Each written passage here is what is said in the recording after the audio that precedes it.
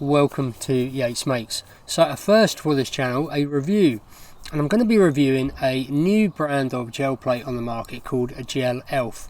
Now I'm going to be going through loads of techniques that will be familiar to some of my regular viewers to test this bit of kit out. The reason I chose to do this review, having turned down a lot of kind of offers to do sponsored videos and things, is because the makers of it have kind of assured me that they're going to try and undercut prices of what's already on the market. Now that's of great interest to me because I work in education and gel plates are prohibitively expensive if you're trying to buy a load of them. So naturally I was interested. So a few things about the product. It is made in China. Personally, I haven't got a problem with that. You know, if I did, I'd have to stop filming now because the iPhone I'm filming on was made in China, along with probably half my house.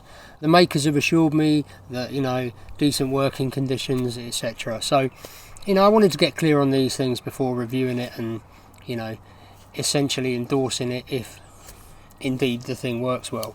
So, okay, let's get on with the review. Okay, unboxing. Now, a lot more came in the post than I was expecting. I was expecting one or two plates, and a whole kind of product range came. You see there the little logo, Gelelf. You know, some simple ingredients and instructions as well on a piece of paper. You don't get the clamshell that you get, you know, the hard plastic clamshell that you get with Jelly Arts, which is the other plates I'm used to. But, you know, they put in all sorts here, like square ones, circular ones, triangular ones, a really nice textured baron that you can see in the bottom left there, a big square plate. You get the idea. This is a big range that I think, not that I know the full extent of Jelly Arts kind of range or some registration guides. I don't know the full Jelly Arts range that well, but I think they based it off of their range. Big circular one there as well. Look, the most important thing, let's see how it performs.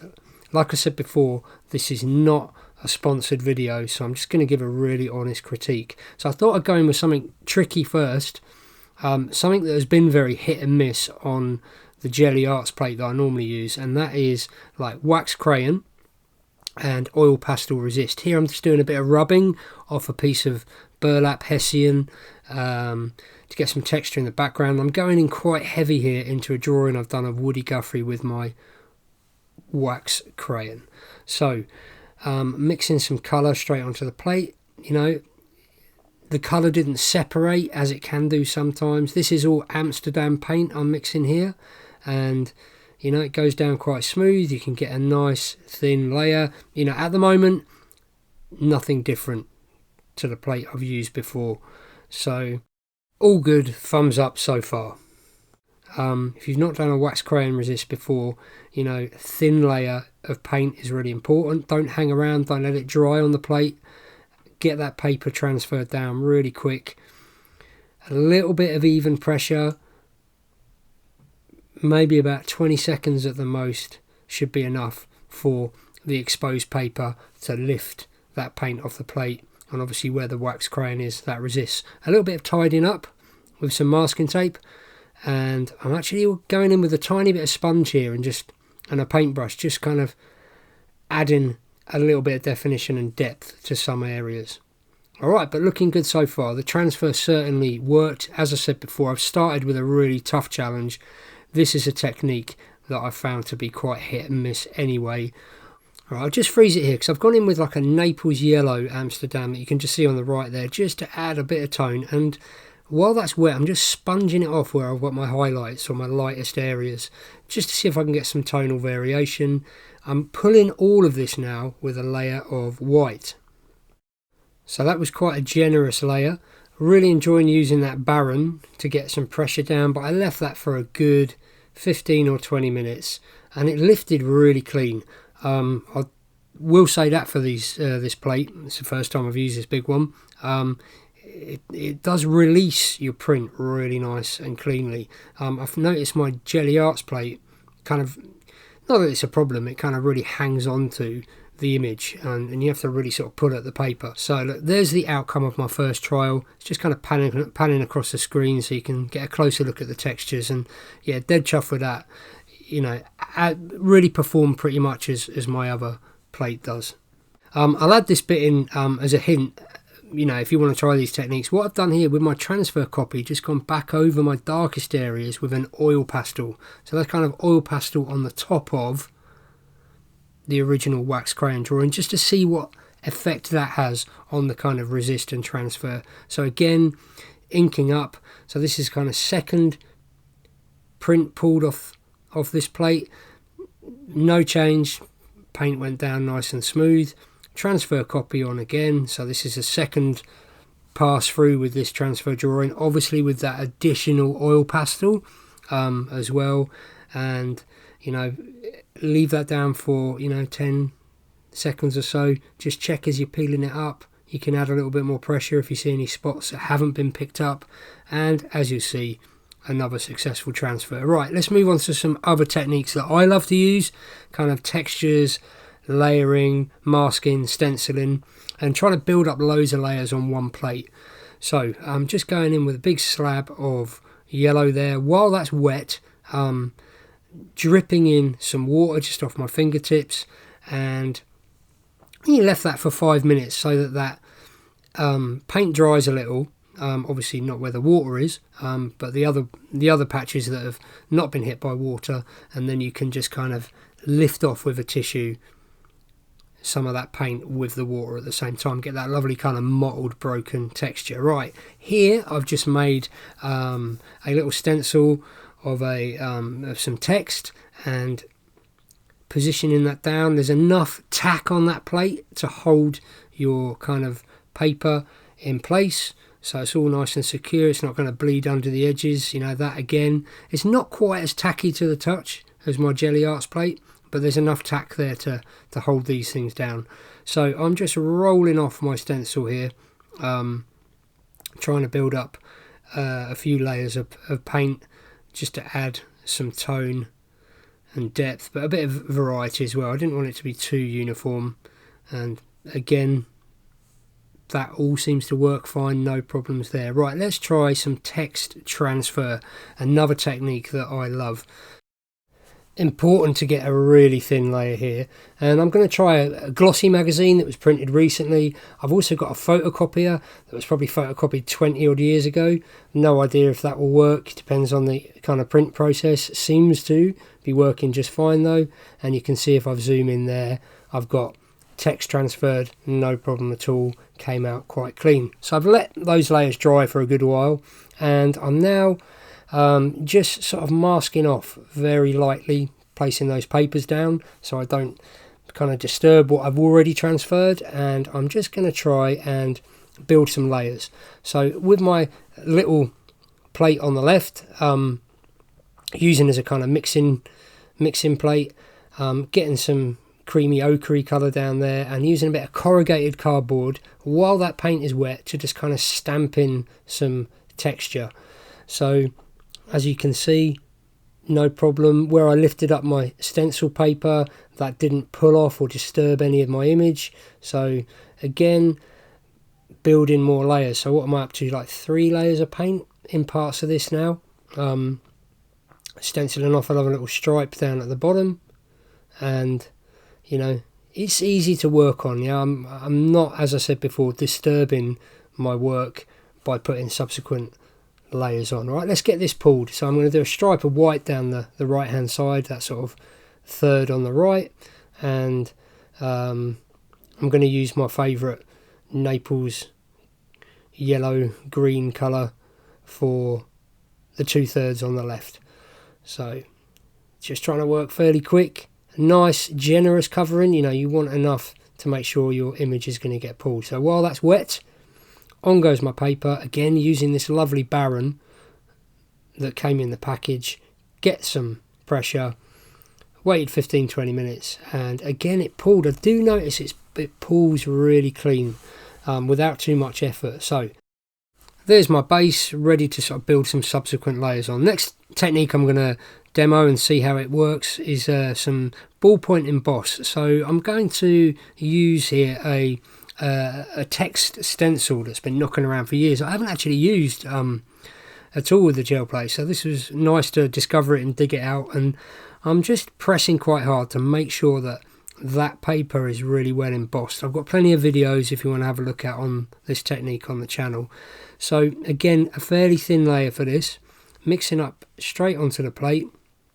With that thin layer, I'm now going to flip over my little embossed transfer paper, and you know that depending on the depth of your emboss, you would hope those parts don't make contact with the plate and therefore leave the impression or the transfer of your line work. Let that dry completely, and then inking up a further layer.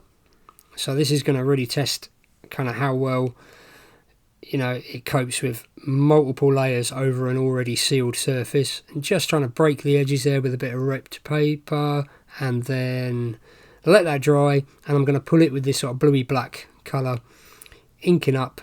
You can see my image underneath there. I've got a kind of corner masked off already. Position that and left this a good 10-15 minutes, and again just pulled up no problem at all. So all looks good so far. These kind of sort of poppy, almost like collage techniques that I like to use on the gel plate all seem to be working just fine.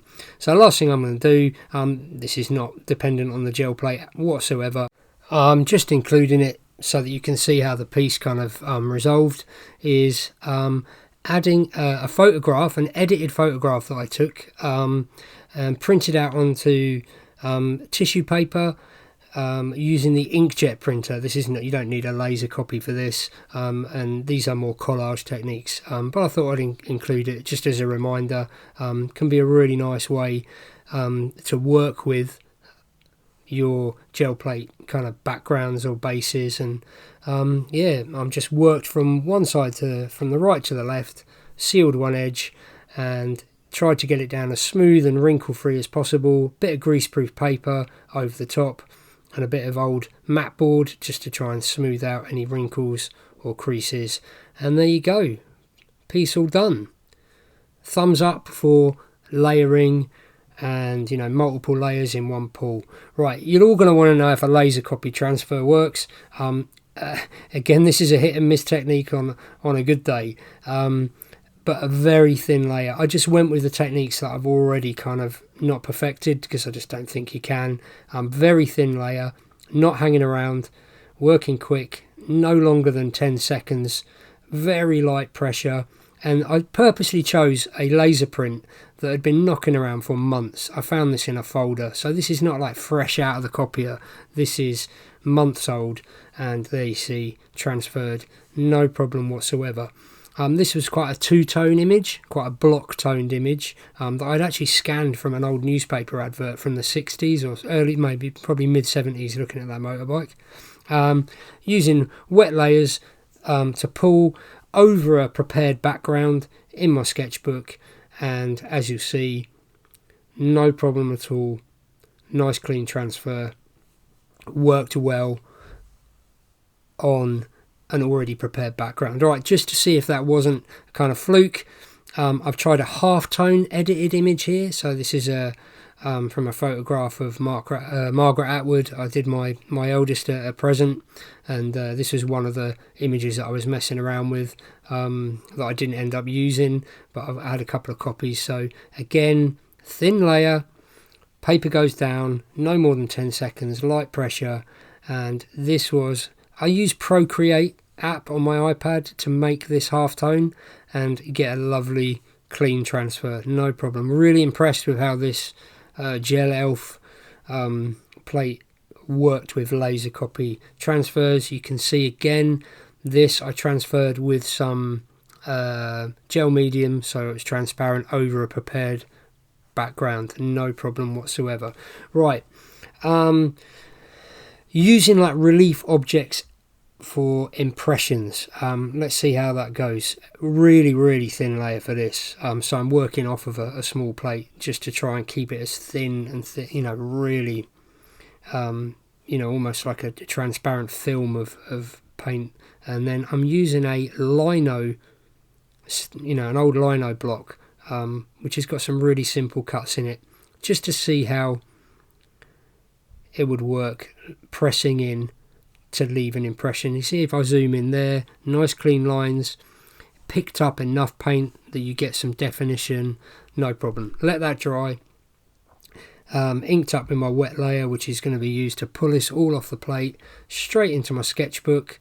And yeah, no problem at all. Working onto a fresh page, you know, which is all, you know, lovely and absorbent, not sealed by layers I'd already put down as I did in the last experiment. This worked just fine. There you go. Again, with this technique, as long as I was using the kind of stuff that I've already learnt from experimenting about thin layers, working quick, no problem whatsoever. Just adding a little bit of collage, having some fun, and there you go. Some interesting textures. As I said before, enough definition from that lino cut. Right, Collagraph transfer. So again, back to the big plate here. I love doing collagraphs. So this Collagraph I've made, I'll show you now, is of a raven, and it's got loads of textured paper, hard to see there, but all built up in different heights of relief on that page. So all those different textures and a little bit of wax crayon resist as well are going to sit at different heights, and therefore, well, hopefully leave an impression of the image. This takes a bit of practice. I've got lots of other videos on these techniques that you can check out on the channel, but again, no problem here either. You know, it's picking up the paint where I want it to, it's leaving a residue of the paint as well. Obviously these collagraphs, the beauty of them is you can just keep reusing them, adding to them if you want. Here I'm just sort of masking off areas and just trying to build up a bit of depth of tone, picking a few areas off to get some highlights with my masking tape as well. So just kind of what's the word I'm looking for, kind of refining the image before I do the final pull. Yeah, I've been enjoying, you know, kind of this refining stage. This is, you know, something I hadn't, when I first started using the gel plate, I kind of didn't do too much of this. You kind of just end up going with whatever gets transferred, but there is opportunity to really work into an image while it's on the plate, and like I said, refine it a little. So just tidying up edges, you know, and getting ready to do the pull with the wet layer. So let that dry completely. I've got some white, keeping it very clean and black and white, this one. Nice generous layer all over the whole image. On goes the paper. Again, really getting good use out of this Baron that they kindly put in the package to get good pressure, make sure everything has made good contact, and left that a good 10-15 minutes. And yeah, again, no problem at all. Didn't hang on, you know, to any of the image. I had no residue left on the plate. Everything just pulled up nice and clean. So again, a good endorsement of the plate for this technique. The last stages here, again, these aren't dependent on the plate itself. This is just going back in with some white pencil, adding some highlights, bit of definition, bit of detail here and there. Also using my little thin roller that's from Lawrence Art Supplies. I think I've linked it in another video, just to add a bit of depth. You know, I love this little roller because you can actually draw with it. So there you go. Another kind of successful print that came off this plate. Been really impressed so far. Okay, moving on. Next technique is one that I've only recently discovered and have been enjoying, and that is using newspaper made at least kind of 20 odd years ago, printed 20 odd years ago, and I found that it just transfers directly onto the plate, no need for paint or gel medium or anything. Now this was the one technique that I tried using this this new Gelelf plate that just didn't work quite as well as my Jelly Arts one.